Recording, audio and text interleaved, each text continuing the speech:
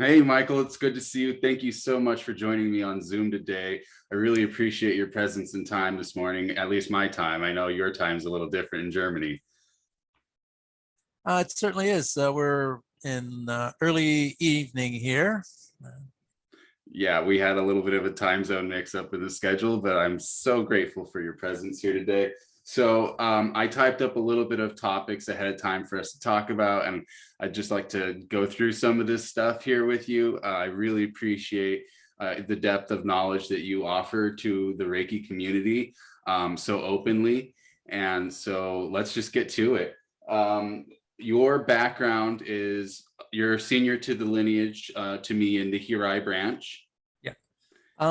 I got to study directly with Sifu Christopher Matsuo and his direct lineage holder, Ray Carbullido. And that's definitely where I got introduced to the share everything freely attitude of a teacher was definitely with those two, Ray Carbullido and Sifu Christopher Matsuo at the Shingon Temple in Honolulu. That's great. I trained with Tim White here in Tempe, Arizona. He's one of Chris's students from the 90s. And I had a really fortunate chance to do some private Yichuan training with Ray while he was visiting a couple of years ago. So I know Ray, and he was really generous with his website. And I did the Hirai Master Practitioner course that he has on there. Super. Yeah, I really was super impressed by that. And, you know, seeing the stuff that you're sharing with Mikio out there, I decided to pursue your courses. So let's talk a little bit about that and how that relates to our practices in our branch of Reiki. Well, the Mikio was taught right alongside the Reiki in the Shingon Temple. Sifu Matsuo was of the opinion, and I totally agree with him, that the Reiki, it's a powerful, they are powerful energies that are here to help humanity evolve. And when we go ahead and use it with Mikyo, the Mikyo grid is the centered projection of your cleared, activated, and focused energy from your core. And when we project that out with the Mikyo grid, that's all of us, all of our being cleared, energized, and projected. And then when we put the Reiki on top of that, it makes it so much more effective and stronger.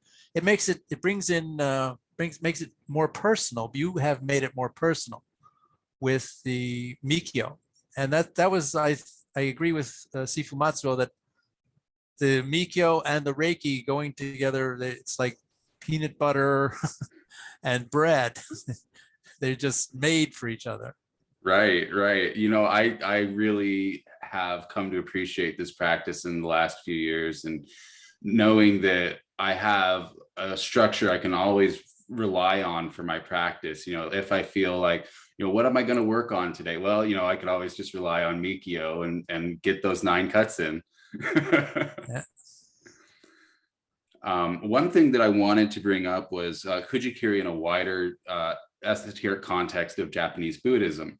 So I've done a little bit of research into some of the historical roots of it, and it looks like it descends from a Taoist practice called Liujing Liujia, which summons 6 yang generals and 6 yin generals that are in the court of Vaishravana. In Japan, Vaishravana is called Bishamon-ten or Tamon-ten. So I was wondering if you had a little bit of information about that to clarify, like just how it kind of synthesized in Japan and how we got it. Well, the one thing I love about Japan is it became a melting pot of everything Asian.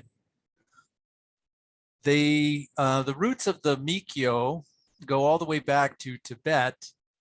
And so what we learned, what was shared with us in the Shingon Temple is the Japanese synthesis of all of these practices. And the Shugendo Bergvolk and the people who lived up in the mountains, they would use Mikio for a different purpose than the Buddhist priests. But to directly answer your question, my experience with the Mikio energies is quite different than the one you just described. In the Shingon Temple, we were taught to use vortexes with the meditations, with the Mikio meditations. And I was out in, after I moved to to Germany, I was out in Hessen with some students. We were clearing the dark energy out of a mass grave there. And we did some meditations where the group went up into the vortex, and there we found the Mikio energies as balls of different colored light. In each one had their own place in the circle around us. And at that point, that's the way my practical experience has been with the energies of the Mikio, getting to know them personally that way. I see. Thank you for that, sharing that experience. I've seen a few tigles, I believe they're called in Tibet, the orbs in practice. And I was visited by a dragon once. That was that was intense. They wrapped me up and I felt like I was being squished by a boa constrictor. It was pretty crazy, but I didn't really have any issues with migraines after that. That was great. Can't complain, right? So in your practice in Europe, you're taking your students to places where extreme trauma has happened, Holocaust concentration camps and that sort of thing. Would you care to share a little bit about how you guys are applying your Mikio energies and these vortices that you just described it to help heal the land in Europe? Well, I was back in 2015, I was teaching Mikio at a place called Spirit Berlin. It was a beautiful place, penthouse of a building, and they had beautiful wide rooms with lots of light. It was a great place to teach. And the first class I had, we went through the 3 steps that I was teaching. First level Mikio, where we clean and energize our own meridians using the Reiki or the Mikio mudras and mantras. And then the second part where we start clearing the dark energies out of living spaces like apartments and houses. And we've even cleared commercial buildings. And the third step being pulling energies out of other people. So once we finished the 3 steps, I thought, well, okay, I'm done here. The students were like, no, wait a minute. This is a great idea. Let's take it out and use it. And I was like, well, good. Yes, I'm with you. Let's go. Right. And at their urging, we went up to a place north of Berlin. There's a memorial there and a mass grave where 7,000 Germans were murdered after the war was already over. You can imagine surviving something as horrible as World War II, and you're like, whew, thank God that's over. And then the Russians come in and go, not for you. And so that's how the 7,000 Germans ended up getting murdered and dumped in a mass grave. And we used the Mikio to collect all the soul fragments and darkness and just misery out of the area, all those dark feelings and energies. And we have noticed here in Europe that the energies are attached more strongly and for longer periods of time where the blood is spilled right into the dirt, right in the earth. Those places hold the trauma longer. So we use the Mikio grid to collect all those dark energies into one place. We actually used the monument stone they put there in memorial of the 7,000 murdered Germans. And we cut the Mikio grid on it, sent that darkness to the light, and then we cut another larger Mikio grid and proceeded to pour Reiki, healing Reiki energies into the land right there to help clear that bad feeling.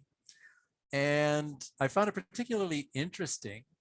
My students were all from Germany, and it had the effect, what we did that day, of not only helping nature run its course and help move these energies out so that they can continue their evolution.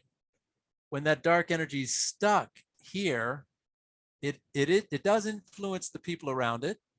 It's not moving on to evolve as it should, as we all should. Right. It just stays stuck. So when we move that energy to the light, we're doing it a huge favor so it can continue its evolution and leave us in peace with a lighter, more natural vibe to the land. But what I found most interesting was the German nationals that were with me and are my students, had never even conceived that such a thing could be possible. And I was like, oh yeah, we do this all the time in Hawaii. We're clearing the land? Well, it must be Tuesday. Right. Yeah, let's go do some sanjiao. Yeah.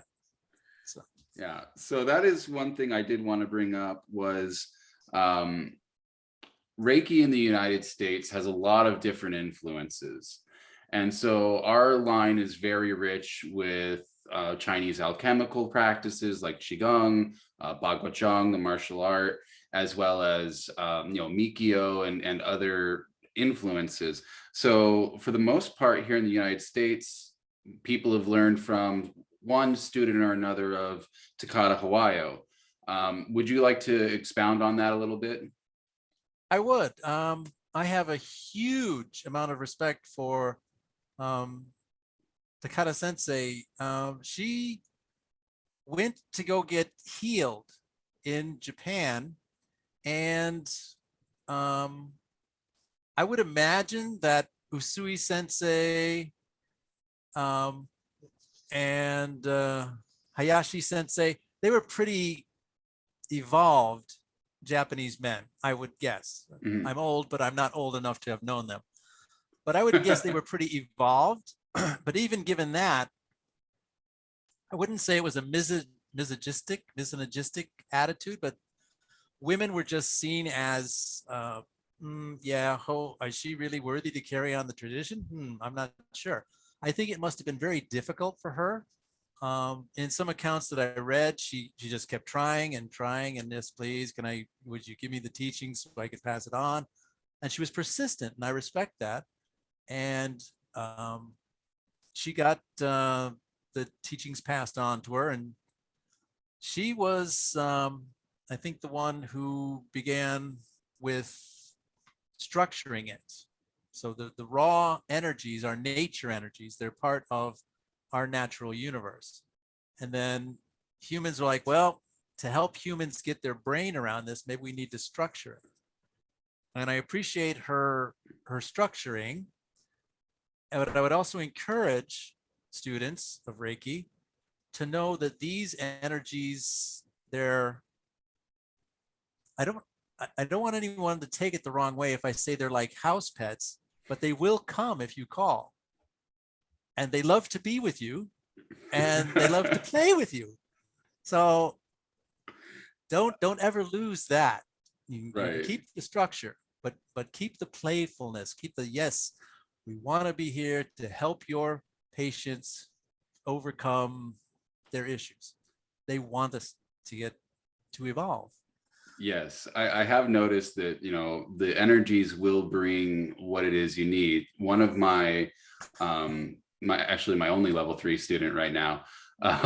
He is adopted, and he has found a great sense of family with the ancestral lineage guides from receiving these attunements. They come, and he's very spiritually aware with his vision, and he's able to see these spirit guides as they arrive to help him, and he's like, oh, it's like I have a whole family. Well, yeah.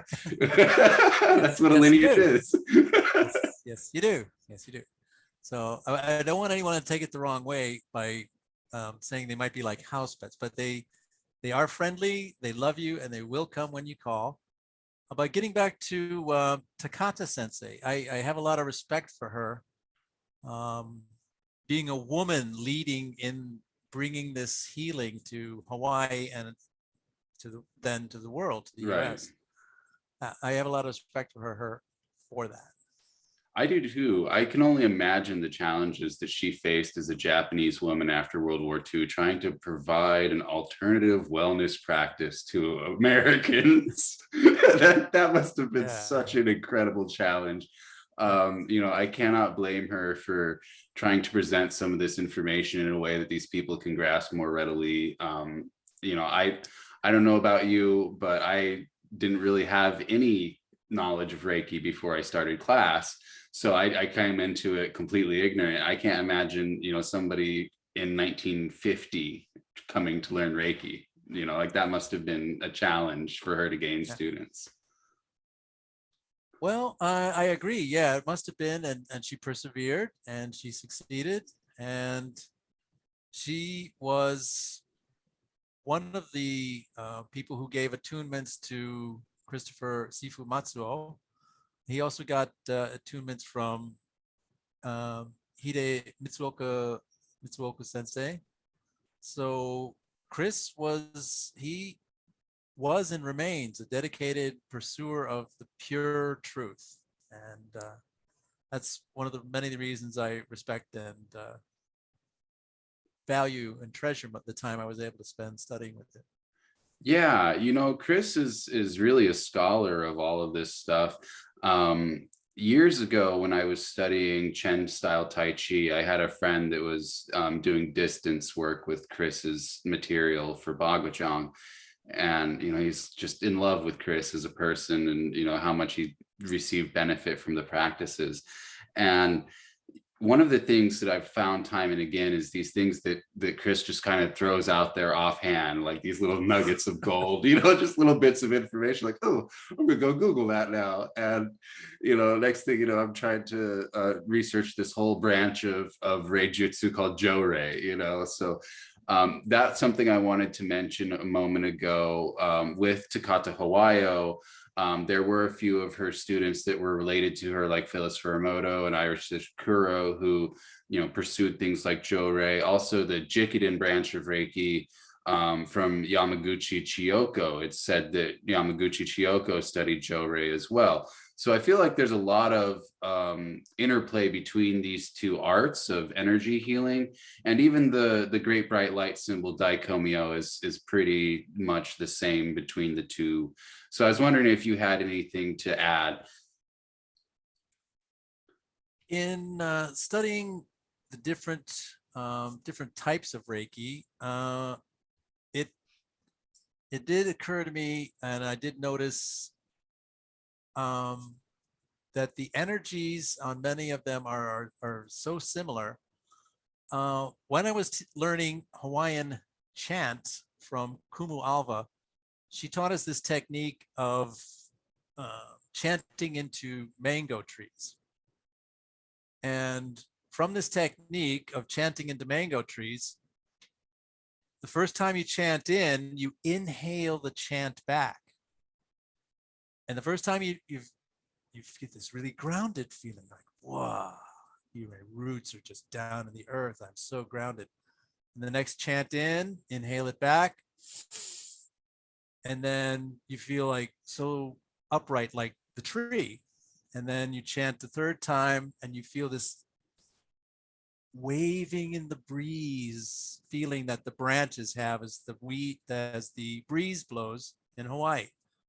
Now, how this has to do with your question, The fourth step is where you just close your eyes and energetically enter into what you're chanting to. And you find yourself inside the tree, and the tree is very welcoming, and you kind of check out its energy, and you get a real sense of what it's like to be the tree, especially after the 3 chants where you've extended from its roots to its crown, and you're in it, you've chanted yourself into it, you really feel what that's about. And I took this teaching of hers into the Mikio. For example, when we were up with the energies of the Mikio in the Vortex, I instructed the students, and I also entered into the individual energies. Now, as I've done this with the Reiki energies, and in comparing the 2 schools you just mentioned, the symbols look a little same, but the flavor and the feeling and you get a sense of their duty almost. It's not duty indicates something a little, oh, I have to do this, but it's kind of like what I'm here to help you accomplish feeling of the Reiki is between the schools on some of the symbols you mentioned particularly, it's so close that it might just be an artist's interpretation in the sign, right, as the difference. But the energies, yeah. Thank you. So here in the West, we have a few innovations of Reiki. William Rand is very well known for popularizing Usui Tibetan Reiki from Arthur Robertson that he helped develop. Then later on, there was Taramai and Karuna. And now there are some newer developments, like he teaches a style called Holy Fire that uses Jesus as the guru. And I personally am certified under Brett Bevel for Psychic Reiki, for Usui Mikyo's Psychic Reiki crystal. So it's basically like a Reiki Ling Bao that he distributes via the internet. I really enjoy that. But I was wondering if you had some things you would like to share about your experience with these innovations like Tibetan and Karuna Reiki, and what you feel those add to the traditional practices. Well, my experience with the Tibetan Reiki was it's a little rawer, a little more like beginning of life on Earth era, raw.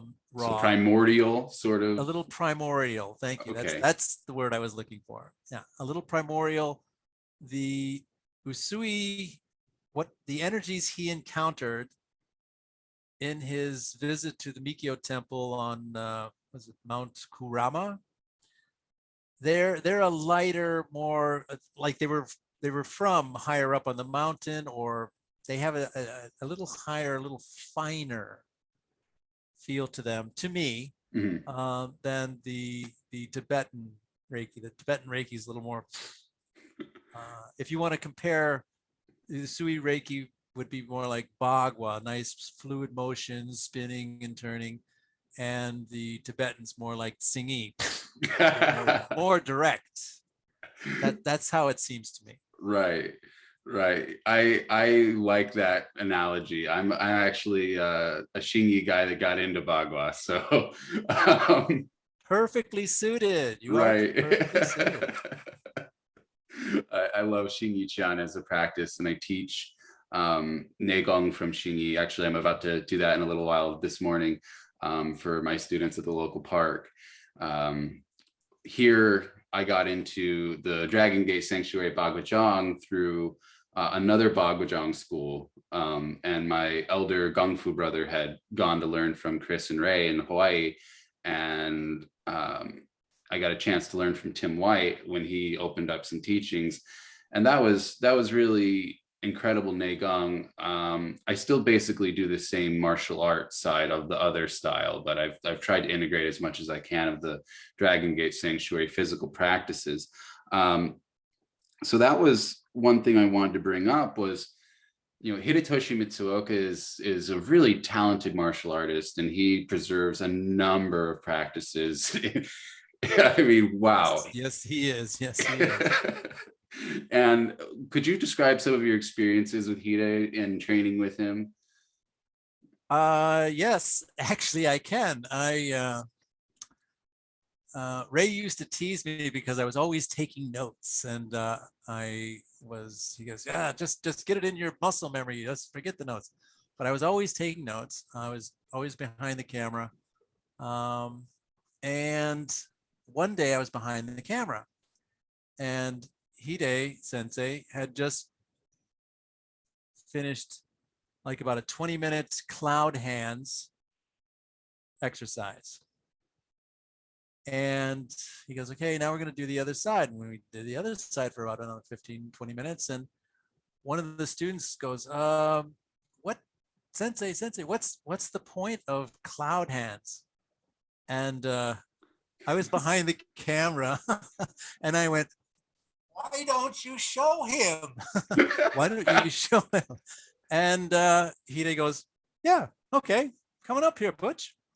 So Butch goes up there, and he's got his flip-flops on, and it's a nice warm summer day in the Shingon temple.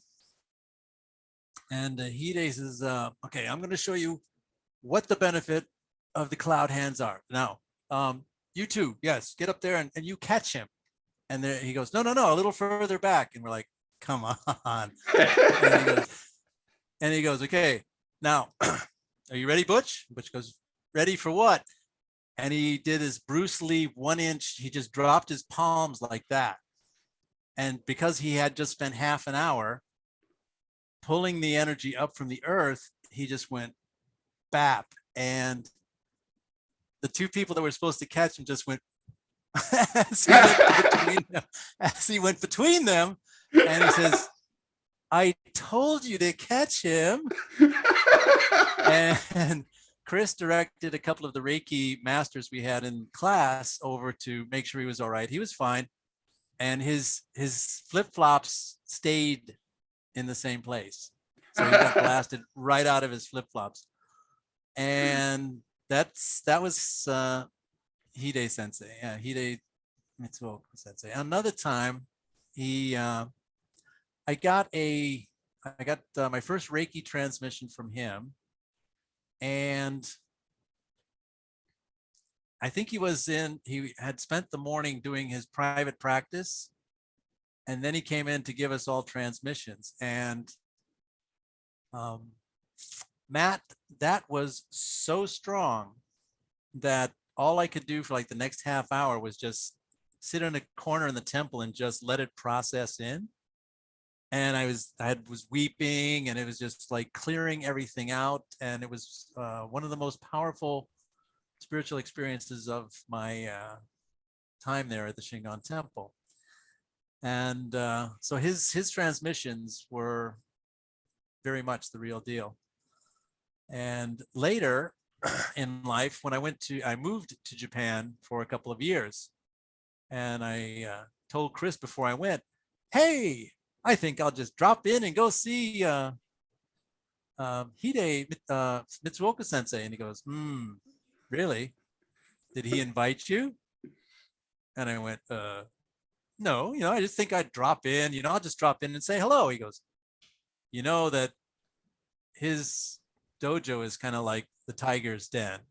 He just teaches black belts. That's it. Yeah. So, okay, well, what do you think might happen if you weren't invited? And then that was it. He's so zen. So he let me finish the sentence.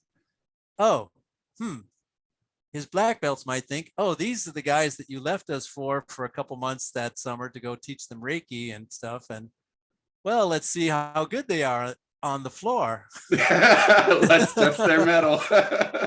let's test this guy from Hawaii. Let's see how good he is. And I thought, so my mind filled in all the missing words, and I thought, well, maybe I'll just send him a postcard. Because yeah, his life in Japan was he is the warrior priest. His whole dojo, according to what Chris has shared with us, is he doesn't talk to them unless they're black belts, as they wouldn't be able to understand what he's sharing properly. And when the teachers get that high, yeah, I mean, he can break it down, but it's always a trip I wanted to make. Maybe someday I'll get an invitation and I'll go. That for me would be like a real treat. But right. I don't know if you've been able to read any of his writing. I looked at a Google Translate of one of his books one time, and it wasn't sufficiently well translated for me to understand, but even getting the gist of what the translation was, Mitsuoka Sensei's writing, you're right. You have to be a black belt of some style or another to even approach what it is he's trying to talk about, because he's talking about like illusory bodies and a physical body and perception of yourself and all this other stuff that if you don't have at least a decade, you're not going to be able to even think about what he's talking about. It's just not there with you yet. There is one thing that I learned to appreciate with the classes from Sifu Matsuo, as we'd go through his course. He would always teach something new, and we took some things in bite-sized chunks 1 week at a time. So we might spend like a month on one item before we moved on.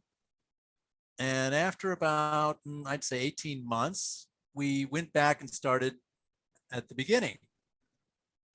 But the second time I entered into that topic, I was able to see more, understand more, and assimilate more. So I think that's what I wanted to say with Mitsuoka Sensei's dojo. If I just went in there like, la la la la, here I am, don't really know much about your black belt, that the style you're teaching here in Japan, because he was not teaching that style in Hawaii. Okay. That I would not have been able to appreciate what he was sharing. Was he teaching Honshu Yichuan back then, or was it a Japanese art? I think he was in his dojo. I think he was in the Japanese, his Japanese roots. Okay. I believe so. Because I know he's so incredibly talented. He's a certified representative of a number of arts. So, what he chooses to teach is, always the question, right? I've really come to appreciate the richness of, just some of the stuff that Chris and Ray have shared through the years, and, just thinking about what Hide has, that must be incredible. Mitsuoka Sensei is just really impressive to me after my experience with the Han family group in Sacramento. I got to meet up with Nick Domich, and he's a student of Henry Looks. So Henry Looks studied with, what was the fellow's name?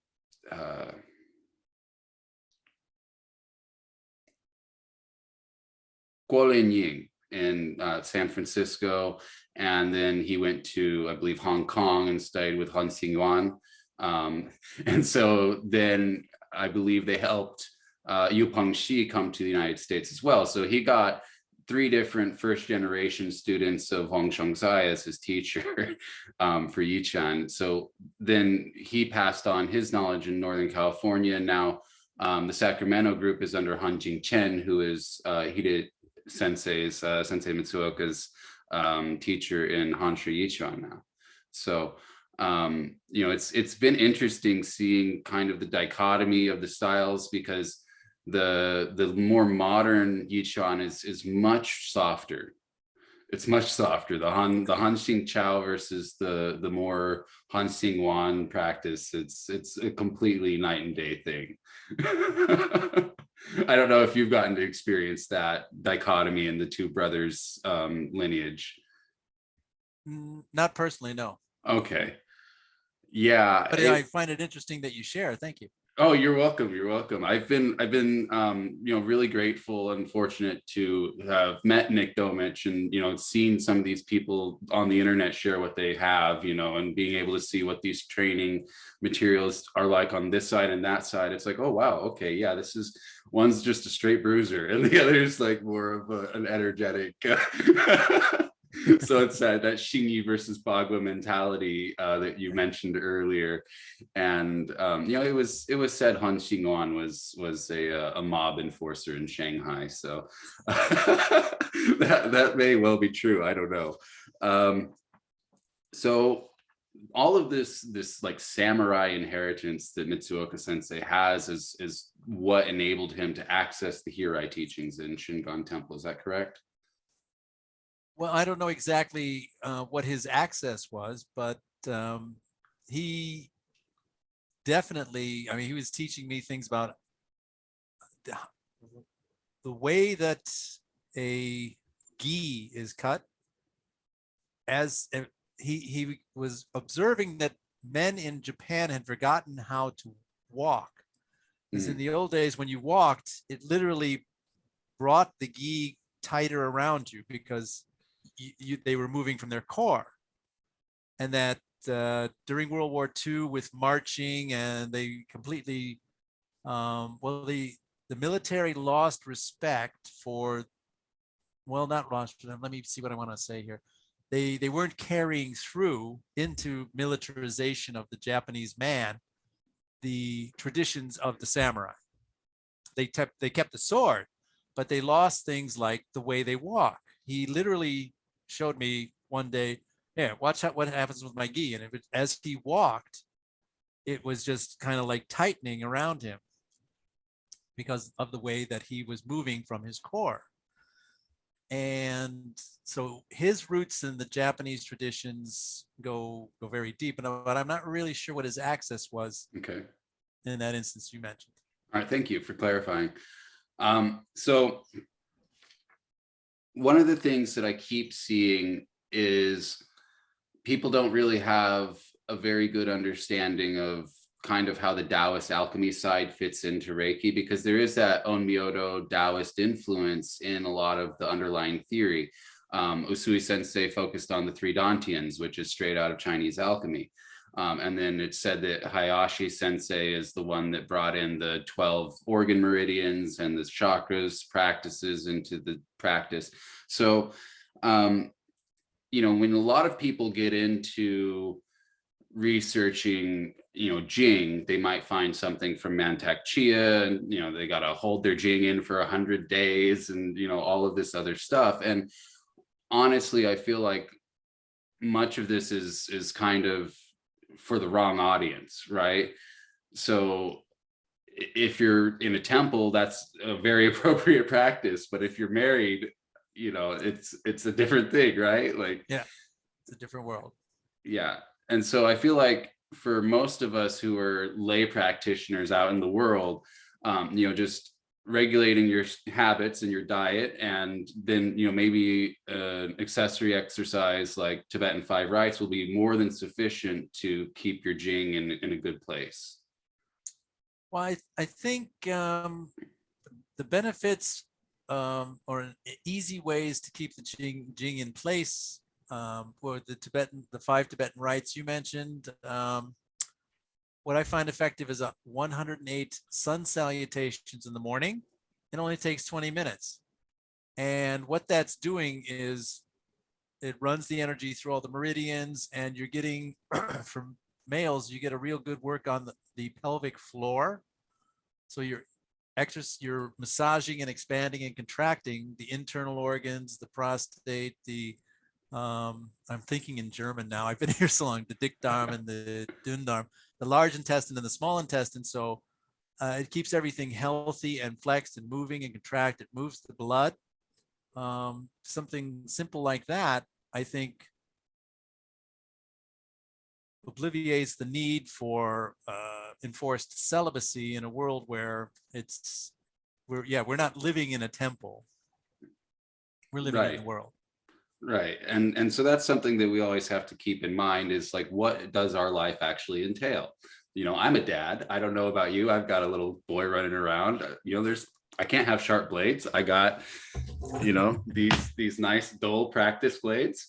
And, you know, my kid, he loves them. So it is what it is, right? And one thing I wanted to bring up was you focus a lot on the Sanjiao exercise, and that has so many different applications to your health. You can use it to link your three dantians, you can use it to purify your central channel, you can use it to, you know, link up your five elements in the middle dantian. There's so many different ways you can work with that exercise. And one of the innovations I noticed in your videos was that you started to integrate some of the mudras from the Mikio into the Sanjiao Qigong. Well, the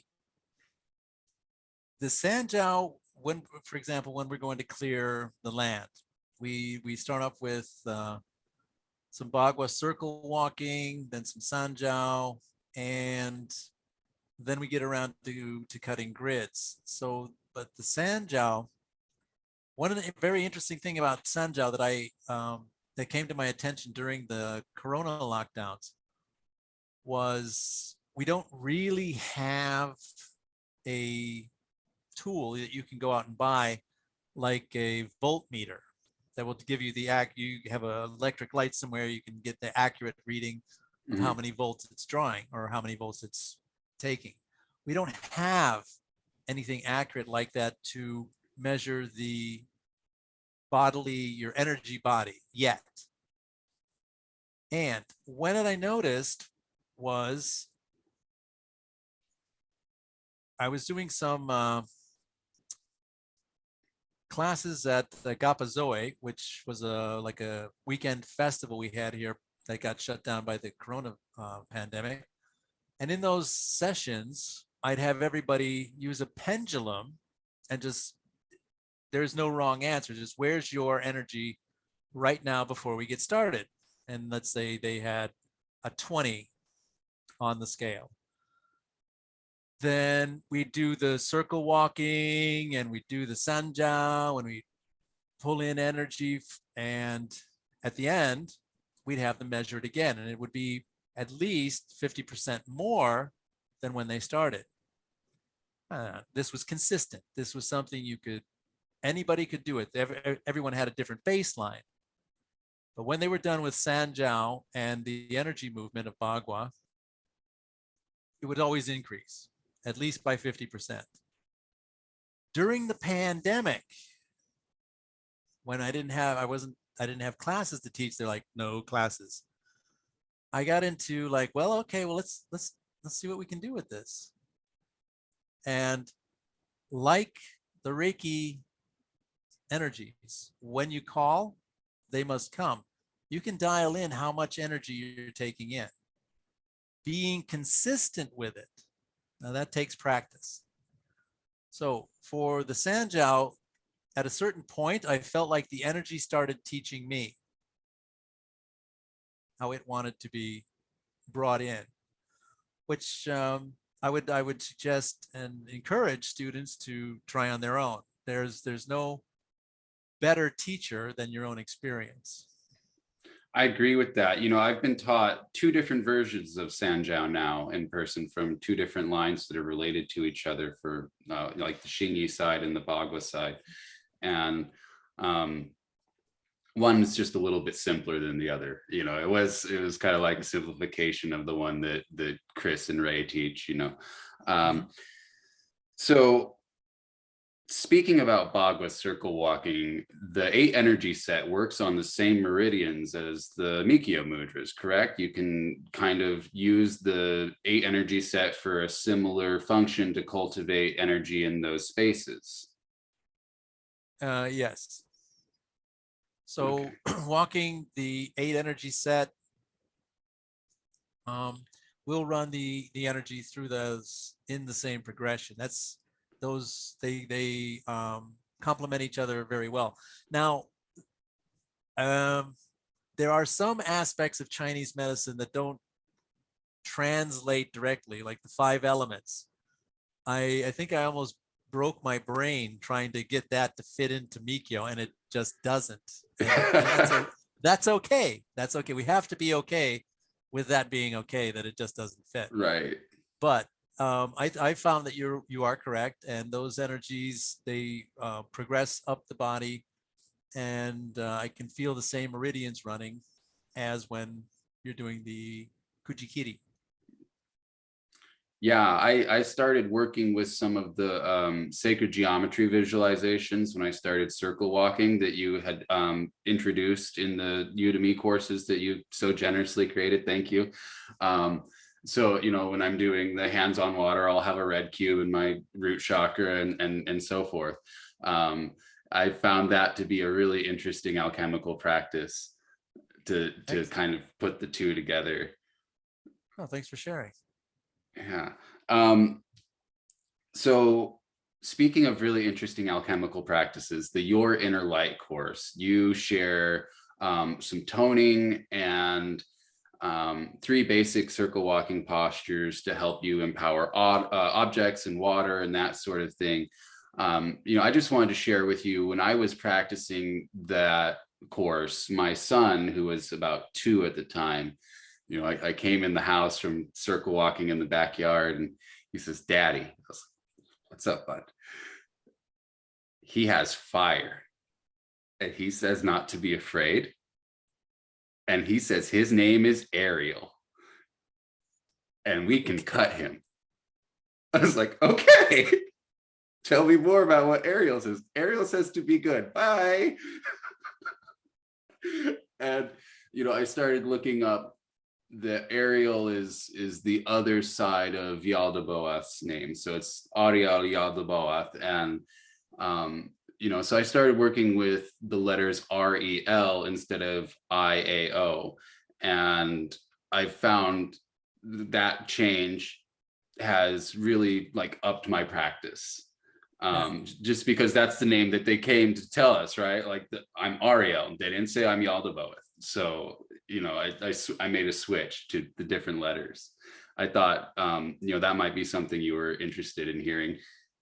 Yeah, thanks for sharing. It's children are amazing. They're nearer the source, and I think the source finds them easier to contact. Yeah, it was really interesting because he was so playful about it, but I've never seen him that still before, right? Like it's like, "You're dead still. What's up, buddy?" Oh, there's an archangel in the house. Okay, great. Yeah, go ahead. Oh, I was just saying it's been an incredible journey, and I really wanted to thank you so much for everything that you shared with the world. Oh, you're quite welcome. Thanks for the appreciation. So I would like to take that, or go on that cue, and observe how many times that we've been walking circle. And this started with Chris in Kapiolani Park in Honolulu, when we used to do sessions in the park there. And as the group walked the circle, if it was overcast, there'd be a hole in the clouds above the Bagua circle. And I noticed that, and I went, "Is there something to that, Chris?" He goes, "Yeah, it happens all the time. Just you'll get used to it." I was like, okay. And we were doing a clearing for the government building just December 10th. And the same phenomenon happened as we were doing an energetic clearing. They had a new government coming in. I went down there to just do a clearing, just, okay, you guys deserve a clean plate. So let's get all the old energy out of here and just make a nice welcome. And by the time we finished, there was this nice hole. And if there's anything Berlin has in winter, it's dark, flat, gray skies. But right over the building, it's a nice little hole, and the sun was coming through. That's incredible. Yeah. Happens all the time. Right? I have had similar experiences myself. When I first started training with Tim White, he gave us the Vajra transmission first before we did the Reiki class. And one day I just went to the park and I started practicing, and the wind blowing and clouds moving. And I'm just like, oh, that's pretty cool. And I get text messages, who's practicing? It's me. Sorry, guys. And so it's been a really interesting experience, and I feel like Reiki just feeds right back into that Vajra transmission. As far as at least for me, the weather work that I do, I feel like I can more effectively use Reiki symbols to channel my intent for that purpose, because I'm in a desert and rain's good. So That's right. But I've applied myself a little bit in the last summer. We had record rains. It didn't quite cure the drought, but we get summer rain more than winter rain here in Arizona. So it's expected that we have a drought in the desert, right? No one's surprised. Right. Well, Michael, I have to get down the path to the park and teach Qigong here. Good. Well, before we close, I'd like to make an offer to your listeners. I'm going to post a video tomorrow, The Hero's Journey, Okay. on my website. So just so we can put a timestamp on that, today is the 22nd of January, 2022. So tomorrow it'll be up. And if the first 5 listeners who can tell me who taught me cranial sacral therapy will get a free access to the Udemy class. And I can put that right in the chat box. Little chat box. And I'll put that right in the chat box. Send you that, and you can put it in the description. Okay, great. So the first 5 who can email me and tell me who taught me cranial sacral therapy get free access to the Udemy Mikio 1 class. Well, so who did teach you cranial sacral? Is that something we have to find on your website? It's in the video. It's in the Hero's Journey. It's in the Hero's Journey. Okay, I just want to make sure that we are looking in the right place. Yep. And that's going to be on your YouTube? Yes, it will. Great. I will get this to my friend who edits my videos and audio stuff. Hopefully they're not too busy. They are a professor at the local university. So I just really wanted to thank you again for your time and all of the information. And I got to go teach some people how to roll a ball. You can tell them it's got real valuable application in the real world. That's right. All right. Well, thank you so much for joining us here at Syncretic Qigong and Reiki. And in the future, Michael, I hope to have a sit down with you and really get through some deeper topics, and maybe have some Q&A stuff for maybe my students might have some questions on the Mikio, because I do have some people working on that now. So I look forward to it. All right. Have a great night. You too, Matt. Thank you very much. Sarva Mangalam. Okay.